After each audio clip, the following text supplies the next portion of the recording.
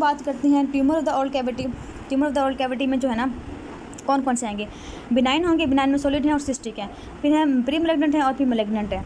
सबसे पहले हम बात करते हैं जी आपकी जो हैं सॉलिड की। इसमें से कुछ नहीं करना आपने, और उसके बाद हम करते हैं ये भी नहीं करना। ये पाइजेनिक जो है ना ये आपका ना मेनली ओस्पी में आता होता है। सो इसकी ना डायग्राम आपने देख लेनी है कि इसमें क्या होता है, ग्रेनुलोमा बन जाती हैं, soft smooth reddish purple mass होता है, और इसको जब टच करते हैं तो ये ब्लीड करती है। इसकी आपने डायग्राम नेक्स्ट आ रही है, वो मैं दिखा देती हूँ, बल्कि अभी आपको कहाँ गया, ये है पाइजेनिक ग्रेनुलोमा। इस तरह से जो है इसकी डायग्राम आती रहती है। उसके बाद जी है आपका नेक्स्ट हम बात करते हैं, ये सारे ग्लैंड वैसे भी आगे दिए हैं, वैसे आप यहाँ से बेशक ना करें, ये भी आपने नहीं करना। ये करना है आपने म्यूकोसील रीड कर लें दफ़ा, ठीक है। इसमें क्या होता है म्यूकोसील में कि रिटेंशन सिस्ट होती है माइनर स्लैवलिक ग्लैंड की। अगर मैं तस्वीर दिखाऊँ आपको, ये है म्यूकोसील जो कि लोअर लिप पे है। इसमें क्या होता है कि माइनर स्लैवलिक ग्लैंड जो होती हैं उनकी है ना ब्लॉकेज हो जाती है। ब्लॉकेज होने की वजह से वहाँ पे एक सिस्ट बन जाता है जो कि होता है ब्लूइश कलर का। उसके बाद रेनुला आपका जो है ना वो SCQ है इंपॉर्टेंट। इसमें क्या होता है, एक सिस्टिक ट्रांसड्यूसर फ्लियन होता है। ये डायग्राम बनी हुई है आपकी नेक्स्ट में, ये वाली ये जो है ना आपका रेनुला है जो कि टंग के बिल्कुल नीचे होता है, सब लिंगुअल होता है, ठीक है। अब वो कहते हैं कि इसमें क्या होता है कि ये होता है फ्लोर ऑफ द माउथ में on the one side of the frenulum of the tongue, और टंग को जो है वो पुश करता है अपर की साइड पे। होता क्यों है, सब लिंगुअल जो सैवरी ग्लैंड है उसकी ऑब्स्ट्रक्शन की वजह से होता है। सही है, तो वहाँ पे कुछ रह जाएगा, रहने की वजह से जो है वहाँ पे स्वेलिंग हो जाएगी। सो हम कैसे करते हैं, हम इसको एक्सरसाइज करके जो है इसको हम ट्रीट कर सकते हैं। नेक्स्ट हमारा है जी, इसके बाद आपने करने हैं प्री मैलिग्नेंट लीजन करनी है, ल्यूकोप्लेकिया एरिथ्रोप्लेकिया। ल्यूकोप्लेकिया क्या होता है, ये होता है हमारा वाइट पैच होता है। कोई भी ऐसा वाइट पैच जिसकी कोई और कैरेक्टरिस्टिक फाइंडिंग ना हो, मतलब हम किसी और कैटेगरी में ना डाल सकें, तो उसे हम कहते हैं कि ये हमारा ल्यूकोप्लेकिया है। आपने इसके अंदर फैक्टर कर लेनी है। अच्छा, यहाँ पे लिखे हुए हैं आपको लेकर ब्लैनस और डिस्कॉइड लिपस एथमेटोसिस और स्पंजी नेवस, ये जो है ये आपके DDs में आता है इसके ना ल्यूकोप्लेकिया के, ठीक है। ओरल थ्रश भी इसके अंदर आएंगे। अच्छा, एटोलॉजी फैक्टर्स जो होते हैं ना इसके अंदर वो क्या क्या होते हैं कि स्मोकिंग हो गया, टबैको हो गया, अल्कोहल हो गया, क्रोनिक ट्रॉमा हो गया, या बाइट वगैरह अगर बार बार हो रही हो तब हो सकता है, और सबम्यूकस फाइब्रोसिस के साथ एसोसिएटेड हो सकती है, प्लास्टिक कैंडिडियासिस के साथ और प्लम्बर मेंसन सिंड्रोम के साथ एसोसिएटेड हो सकती है। कौन सी साइड ज़्यादा होती है, बकल म्यूकोजा जो है ना वो ज़्यादा इसका इंपॉर्टेंट साइड है जहाँ पे ऑल कमीशन होती हैं। एज एंड सेक्स की बात करें तो ये 4th डिकेड में ज़्यादा होता है, और मेल्स जो है ना ज़्यादा इफेक्टेड होते हैं। क्लिनिकल टाइप क्या होती है इसकी, एक है होमोजीनस होती है, एक होती है न्यूडुलर होती है, एक होती है इरोसिव एरिथ्रोल्यूकोप्लेकिया होती है इसके अंदर। फिर हम बात करते हैं हिस्टोलॉजी की, कहते हैं तो 25% ल्यूकोप्लेकिया जो होते हैं ना वो उसमें एपिथेलियल डिस्प्लेसिया होता है, ठीक है। और इसके अलावा जो है ये बात याद रखनी है कि इसके अंदर मैलिग्नेंट पोटेंशियल जो है वो 1 to 17.5% होती है।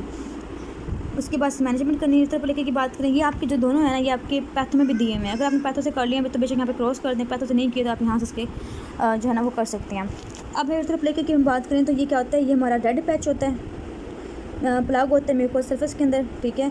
और क्यों होता है रेड, इसलिए होता है क्योंकि वहाँ पे कैटनाइजेशन कम हो जाती है। कैटनाइजेशन कम होगी तो नीचे वेसल्स जो है वो शो होंगी, उनके शो होने की वजह से जो है वो रेड कलर का नज़र आ रहा होगा। और कहाँ पे मेनली होता है, ये लोअर अल्वियुलर म्यूकोसा पे ज़्यादा होता है, जिंजिवा बकल सर्कस के ऊपर या फ्लोर ऑफ द माउथ के ऊपर। और इसमें डिस्प्लेजिया भी होता है और कार्सिनोमा भी डेवलप कर सकता है, मतलब इसमें होती है चांसेस होने की। और मैलिग्नेंट पोटेंशियल जो होती है वो 17 टाइम्स ज़्यादा होती है एज कम्पेयर टू ल्यूकोप्लेकिया के, ठीक है। और इसकी जो टाइप्स होती हैं वो होमोजेनस हो सकती है, स्पेकल्ड हो सकती है, ग्रेनुलर हो सकती है, एरिथ्रोप्लेकिया हो सकती है इसके अंदर, ठीक है। ये आपने कर दिया। ये थर्ड चीज़ जो है मेलानोसिस है या फिर म्यूकोजल हाइपरपिगमेंटेशन, ये आपके प्री मैलिग्नेंट जो है ना ट्यूमर के अंदर या थर्ड जो है ना वो यही आता होता है। नेक्स्ट है आपका जो टॉपिक है वह मैलिग्नेंट लीजन्स। मैलिग्नेंट लीजन्स जो है कार्सिनोमा है ओरल कैविटी का। अब कार्सिनोमा ओरल कैविटी में अगर वो लिप पे है, बकल म्यूकोजा में है, वो टीथ जिंजाइवा पे है, या वो लिप्स पे है, टंग पे है, तो सारा का सारा जो है ना वो इसी में लिखा हुआ है। लेकिन जो आपका क्वेश्चन आता है वो आता है सिर्फ और सिर्फ टंग वाला, ठीक है। सो नेक्स्ट जो पार्ट है यहाँ पे लिखा हुआ है आपको कार्सिनोमा ऑफ ओरल टंग, ये वाला जो है आपका मेनली जो है वो UQ है। इसमें से जो क्वेश्चन है वो आते होते हैं, लेकिन बाकी भी इंपॉर्टेंट है तो हम थोड़ा वो जो है ना उसको रीड कर लेंगे, लेकिन याद रखना कि आपने करना सिर्फ यही है। अगर हम बात करें कार्सिनोमा ऑफ ओरल कैविटी की तो ये काफ़ी कॉमन है, ठीक है, इंडिया में। और इसमें जो है कौन कौन से रिस्क फैक्टर इसके हैं तो ये भी बताया मैंने उन्होंने कि स्मोकिंग हो गया, tobacco chewing, alcohol, dietary deficiencies, ठीक है, इसमें प्लम्बर मेंसन सिंड्रोम लिखा हुआ है उन्होंने। और इसके बाद जो है ये डेंटल सेप्सिस वगैरह भी हो सकती है। यहाँ पर रेबोफ्लेविन की बात है, इसकी डिफिशियंसी से भी ये हो सकता है। उसके बाद उन्होंने लिखा हुआ है कि site of cancer in the lip and all cavity, कौन कौन सी साइट जो है इसके अंदर हो सकती है। तो इसमें लिखा हुआ है कि म्यूकोजल लिप हो सकती है। म्यूकोजल लिप जो है इसकी प्रोग्नोसिस जो है वो सबसे बेस्ट होती है एज़ कम्पेयर टू बाकियों की। बाकी इसके अलावा जो है बकल म्यूकोजा आ गया इसके अंदर। इसके अलावा anterior to third of tongue हो गया, हार्ड पैलेट, लोअर अल्वेओलर रिज, अपर अल्वेओलर रिज या फ्लोर ऑफ माउथ। अब आपका यहाँ पे एक MCQs है कि पूरे वर्ल्ड में मोस्ट कॉमन जो ऑल कैविटी का ट्यूमर है वो कहाँ पे होता है, वो होता है ओरल टंग पे होता है, ठीक है, मोस्ट कॉमन वर्ल्ड वाइड, ठीक है। लेकिन अगर वो आपसे पूछें कि मोस्ट कॉमन इंडिया में जो है वो कौन सा होता है, तो वो होता है आपका बकल म्यूकोजा का जो है वो मोस्ट कॉमन होता है कहाँ पे, इंडिया में। सो ये आपने याद रखना है। लेकिन वैसे जो है ये सेकंड नंबर पे आता है अगर वर्ल्ड वाइड की बात करें। अब नेक्स्ट आपका है कार्सिनोमा, किसका है, लिप का है। सो इसकी मैंने बताया आपको 40 to 70 ईयर्स में होता है ये। स्क्वेमस सेल होता है सबका। अब इसके साइड कहाँ है कि ये between the mid line and commission of the lip यहाँ पे होता है। एक्सोफिडी अल्सरेटिव टाइप होती है। लिम्फ नोड मेटास्टेसिस जो है ना वो बहुत लेट होती है इसकी। सब मैंडिबुलर लिम्फ नोड सबसे पहले इन्वॉल्व होते हैं। इसके अलावा डीप सर्वाइकल भी इन्वॉल्व हो सकते हैं। सर्जिकल डायसेक्शन जो है इसकी वो है, और इसकी जो रेडियोथेरेपी से है जो वो गुड प्रोग्नोसिस होती है इसकी। सो इसमें कुछ खास नहीं है, वैसे मैंने बता तो दिया आपको, लेकिन करने की कोई जरूरत नहीं है।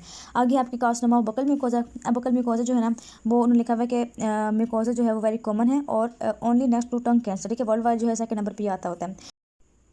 नेक्स्ट हम इसकी देखते हैं जी साइट क्या होती है। तो मोस्ट कॉमन साइट जो है ये याद नहीं कि एंगल ऑफ माउथ और the line of occlusion of the upper and lower teeth, ये इसकी जो है ये साइट हो गई है। और इसके अलावा जो इन्होंने लिखा हुआ है कि जहाँ पे पान खाते हैं लोग, पान रखते हैं, बकल सल्कस यहाँ पे मेनली जो है वो अराइज करता होता है।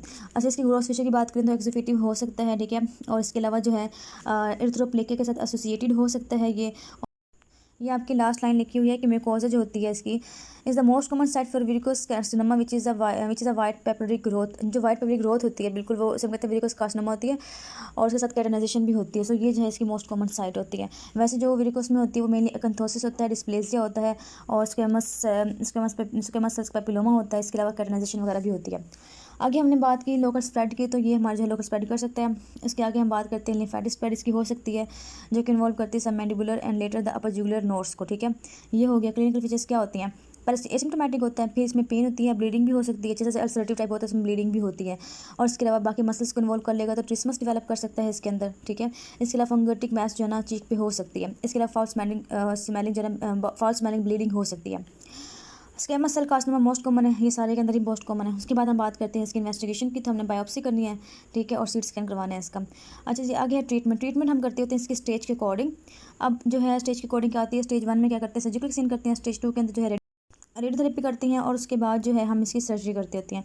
स्टेज 3 में क्या होते हैं, सर्जिकल रिसेक्शन करते होते हैं, साथ साथ हमने इस पोस्ट ऑपरेटिव जो है रेडियोथेरेपी भी करनी होती है। सो ये इसकी ट्रीटमेंट होती है। अब हमने बात करनी कार्सिनोमा और टंग की। सो हमने बता दिया कार्सिनोमा जो है और टंग में कहाँ पे मेनली होते हैं, अंटीरियर 2/3 में होता है, ठीक है। और इसके अलावा एज ग्रुप हो सकती है 50 to 70 ईयर्स जो है वो इसकी एज ग्रुप होती है। प्री एग्जिस्ट करती है साथ लिकोप्लेकिया के, लॉन्ग स्टैंडिंग इसको अल्सर हो गया, सिफिलिटिक ग्लोसाइटस हो गई, एसोसिएटेड होती है। अब यहाँ पे लिखा हुआ है साइट, यहाँ पे एक आपका और MCQs है कि इसकी कौन सी मोस्ट कॉमन साइट होती है, middle of the little border of the ventral aspect of the tongue. ये आपका जो है वो MCQs है, ठीक है। टिप और डोर्सम जो है वो काफ़ी कम जो है इसमें इन्वॉल्व होती हैं। आगे स्प्रेड कहाँ का होता है, सो ये जो है ना डीपली इन्फिल्ट्रेट करता है। इसके अलावा लिम्फ नोड की मेटास्टेसिस होती है, ठीक है, सब मैंडिबुलर अपर जुगुलर नोड्स के अंदर। अच्छा जी, उसके बाद जो है ये मैस किस तरह का होता है, एक्सोफिटिक लेन होता है, नॉन हीलिंग अल्सर की तरह हो सकता है, ठीक है, रोल मार्जिन की तरह, और सब mucous nodule with induration of the surrounding tissue, ठीक है, ये इस तरह से प्रेजेंटेशन इसकी हो सकती है। अगर सिम्टम्स की बात करें तो हमने बताया कि पहले पेनलेस होता है, ठीक है, फिर एसिम्टोमेटिक होता है, उसके बाद जो ना वो पेन होती है टंग के अंदर, और अल्सर होता है। वैसे आपको सिनेरियो जो आता है वो यही है कि टंग पे एक अल्सर बना है, ठीक है, और अल्सर के बाद अगर लिम्फ नोड्स की बात करते हैं तो कंफर्म होता है कि ये जो है squamous cell carcinoma of tongue हो गया। उसके बाद जो है ना पेन होती है, ये आपका जो है ना वो MCQs है कि अगर टंग का अल्सर हुआ है तो पेन कान में क्यों होती है। पेन कान में इसलिए होती है क्योंकि कॉमन नर्व सप्लाई होती है टंग की और ईयर की। कौन सी, टंग की होती है लिंगुअल नर्व और एयर की होती है ऑरिकुलर टेम्पोरल, ठीक है। और ये कहाँ से आती है, mandibular division of the trigeminal nerve, 5th nerve से आ रही होती है। सो ये आपका जो है इंपॉर्टेंट MCQs है। माउथ में जो है लम बन सकता है, इसके अलावा इनलार्ज लिम्फ नोड्स हो सकते हैं, डिस्फेजिया हो सकती है, ठीक है, और टंग जो प्रोट्रूड कर सकती है। सो ये इसकी जो है सारी की सारी हमने कर ली है, सिम्टम्स कर लिए इसके। अब इसकी जो है स्टेटमेंट वो अकॉर्डिंग टू द है कि हमने किस तरह से स्टेजिंग के अकॉर्डिंग चलना है। अगर स्मॉल ट्यूमर होगा तो हम रेडियोथेरेपी ऐसा ही कर देंगे, एक ऑप्शन करेंगे। T2 और है तो हम रेडियोथेरेपी से करेंगे, ठीक है। साथ ना नेक के नोड्स जो हैं उनकी भी हमने रेडियोथेरेपी कर देनी है। और उसके बाद स्टेज 3 और 4 में क्या करते हैं, कंबाइंड ट्रीटमेंट करते होते हैं, सर्जरी के साथ साथ पोस्ट ऑपरेटिव जो रेडियोथेरेपी कर रहे होते हैं। सो उसके अलावा जो है नेक के नोड्स होते हैं उनकी ब्लॉक डिसेक्शन करते होते हैं, उनको भी निकाल देते होते हैं। नेक्स्ट आपकी है carcinoma of hard palate. Hard palate के अंदर ना आपने सिर्फ एक बात याद रखनी है कि इसमें स्क्वेमस सेल मोर कॉमन नहीं होती, बल्कि ग्लैंडुलर वैरायटी जो है वो बहुत ज़्यादा कॉमन होती है इसके अंदर, हार्ट पैलेट के अंदर। और ऐसा क्यों होता है? क्योंकि वहाँ पे माइनर स्लैवरी ग्लैंड्स होती हैं, ठीक है, पैलेट के ऊपर। सो उसकी वजह से जो है इसके अंदर, सो यही आपने इसके अंदर बात याद रखनी है। उसके अलावा जो है आपकी कैंसर ऑफ जो होती है ना माउथ, ये कैंसर ऑफ फ्लोर और माउथ जो होती है, इसकी सबसे ज़्यादा जो है ना बैड प्रोग्नोसिस होती है। सो ये इसका बस एक बात याद रखनी थी, ये आपने कर लेनी है। इसके अलावा जो है आपने कुछ भी नहीं करना। नेक्स्ट है जी आपका क्वेश्चन चैप्टर नंबर 45। अब इसमें नॉन न्यू प्लास्टिक डिसऑर्डर है स्लैविक ग्लैंड्स के।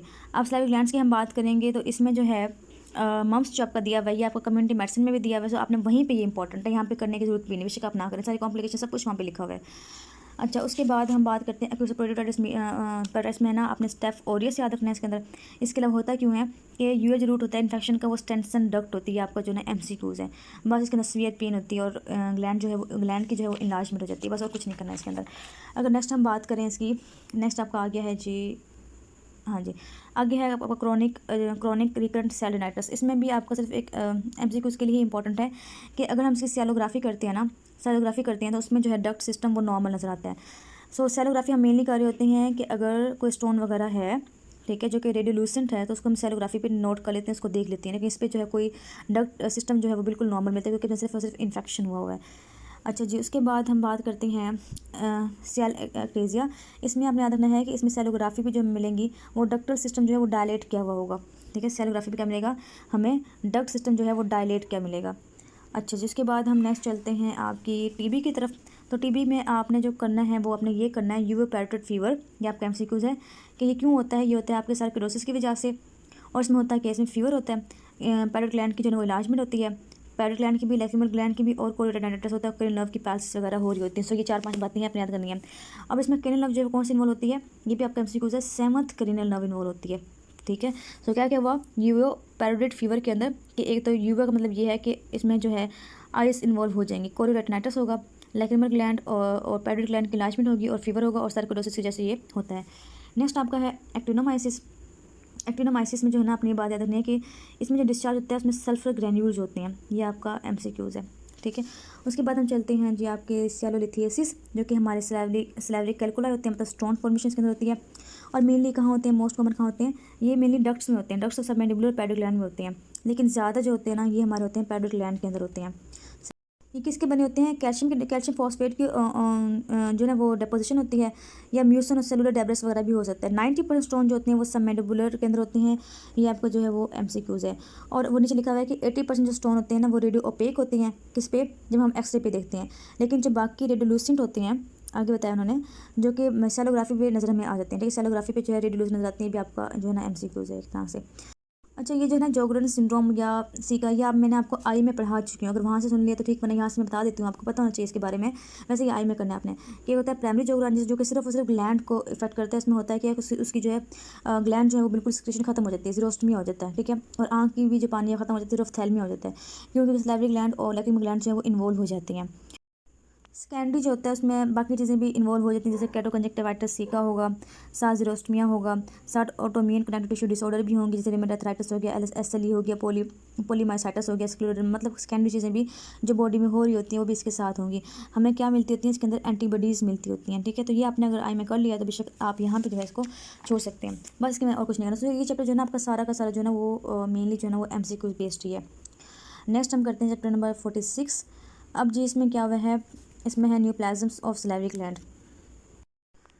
स्लैवरी ग्लैंड के जो अपने ट्यूमर हैं आपने किए हुए हैं पैथो के अंदर भी, सो सेम वही जो है ना वो यहाँ पे भी है। सबसे पहले याद रखना है कि ग्लैंड जितना बड़ा होगा उसमें बेनाइन ट्यूमर ज़्यादा कॉमन होगा, और ग्लैंड जितना छोटा होगा स्लैवरी ग्लैंड उतना ज़्यादा मैलिग्नेंट चांसेस जो है वो ज़्यादा होंगे, इसके अंदर ये लिखा हुआ है।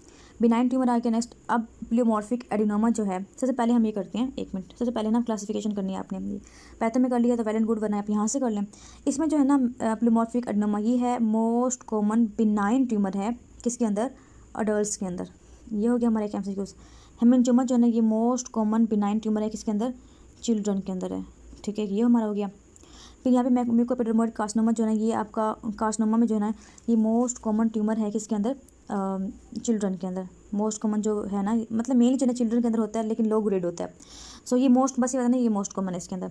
सो हमने ये 3-4 बातें थी जो हमने कर लिया।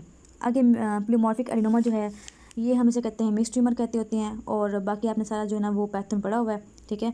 और मिक्स ट्यूमर होता है, इसमें स्ट्रोमा होता है, म्यूकोइड, फाइब्रोइड हो गया, म्यूसो वेस्कुलर कंपोनेंट होता है, कॉन्ड्रोइड होता है, म्यूसोकॉन्ड्रोइड होता है। ये सारे जो है इसके अंदर कंपोनेंट आ रहे होते हैं, सर्जिकल एक्सचेंज से जो है हम इसको रिमूव करते होते हैं। लेकिन आपको यहाँ पे एक एमसीक्यूज है कि पैरोड के अंदर हम कैसे इसको रिमूव करते हैं, सुपरफिशियल पैरोडक्टमी कर रहे होते हैं इसके अंदर, ठीक है। ये इसकी ट्रीटमेंट है, ये एमसीक्यूज आता होता है आपका। फिर है आपका एडेनोलिम्फोमा या फिर हम वार्थन ट्यूमर, इसको हमने पढ़ा था, सही है। ये जो है आपका, इसमें हम क्या करते होते हैं, ट्रीटमेंट क्या है इसकी, इसके अंदर भी सुपरफिशियल पैरोडक्टमी कर रहे होते हैं, क्योंकि ये भी जो है बिनाइन ट्यूमर है।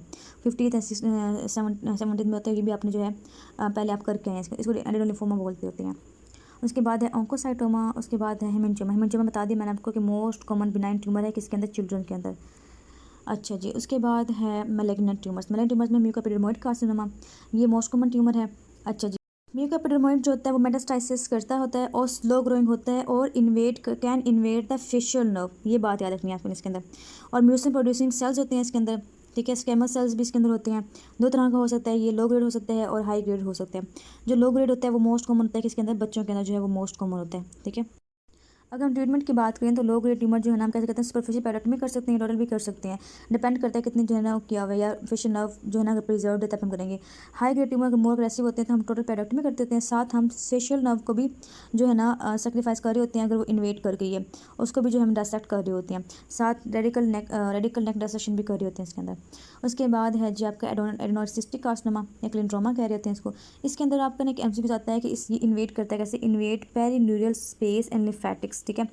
ये जो है आपका इसमें एमसीक्यूज है, और इसकी जैसे पेन होती है और समथ नर्व जो है वो इसके अंदर इन्वॉल्व हो जाती है। सो ये आपका है एमसीक्यूज। नेक्स्ट आपने करना है इसके अंदर फ्रेस सिंड्रोम या फिर गैस्ट्रेटिस स्वेटिंग होती है। वो पता है कि फ्रेस सिंड्रोम क्या होती है कि जब पैरोइड ग्लैंड की सर्जरी होती है तो उसमें क्या होती है, कॉम्प्लिकेशन आ जाती है। कॉम्प्लिकेशन क्या आती है कि नर्व जो है ना आपकी पैरोइड ग्लैंड को जो जा रही होती है वो चली जाती है स्किन को, ठीक है। सो जब पेशेंट कुछ खाता है करता है तो स्वेटिंग फ्लशिंग होती है पेरियोरिकुलर स्किन के ऊपर मास्टिकेशन के दौरान, ठीक है। और पेशेंट जो है वो एम्बैरेसमेंट फील करता है। ये क्यों होता है, लिखा हुआ है कि aberrant innervation of sweat glands by parasympathetic secretomotor fibres which were destined with the parotid. जो पैरोइड ग्लैंड के लिए फाइबर्स थे स्क्लेरोमोटर, वो जाकर स्वेट ग्लैंड्स को जो है ना सब सप्लाई कर रहे होते हैं। सप्लाई करने की वजह से इसकी सिक्रेशन होती है, जब पेशेंट खाना खाता है तो उसको स्वेटिंग होती है। अब इसकी जो है ट्रीटमेंट इंपॉर्टेंट है, ये आपने करनी है। क्या क्या ट्रीटमेंट कर सकते हैं आप, जो है सबसे पहले जो है उसकी न्यूरेक्टमी कर सकते हैं। ये आपने इसके अंदर जो है ना वो पॉइंट बना लेने हैं। यहाँ पे लिखा हुआ है टिम्पैनिक न्यूरेक्टमी हो गया, पहले पार्ट हो गया। सेकंड उन्होंने लिखा हुआ है कि प्लेस अ शीट, आपने place a sheet of fascia lata, ठीक है, lata between the skin and the underlying fat to prevent secretomotor fibre reaching the sweat glands. Second ये हो गया। थर्ड उन्होंने लिखा हुआ है बोटुलिनम को टॉक्सिन, बोटुलिन टॉक्सिन लगा सकते हैं आप इसके अंदर। और इसके अलावा जो है पेशेंट को आप रीअश्योर करवा सकते हो, ठीक है। ये पॉइंट हो गया। इसके अलावा जो है आपने ऐड करना है एक एंटी डिप्रेसेंट्स भी इसमें दे सकते हैं। सो ये आपके जो है टोटल 5 पॉइंट्स के अंदर बनते हैं, ये आपने इसके अंदर जो है वो लिखने होते हैं, और ये आपका इंपॉर्टेंट है एमसीक्यूज़ के लिहाज से भी और एससीक्यूज़ के लिहाज से भी। सो जितने पॉसिबल आपके इस 5 चैप्टर में एमसीक्यूज़ बन रहे थे, जितने पॉसिबल जो थे यूक्यूज़ थे, मैंने वो आपको सारे के सारे करवा दिए हैं। आपने बस जस्ट इसको एक दफ़ा रीड करना है और इन एमसीक्यूज़ पे गौर करना है। बाकी बेशक आप इसको छोड़ दें, और बेशक एनुअल में आप इसको उठाएं भी ना, क्योंकि वैसे भी पैथों से भी हो जाता है। सो आप चीज़ थोड़ा सा ना बस इसमें चिल रहे।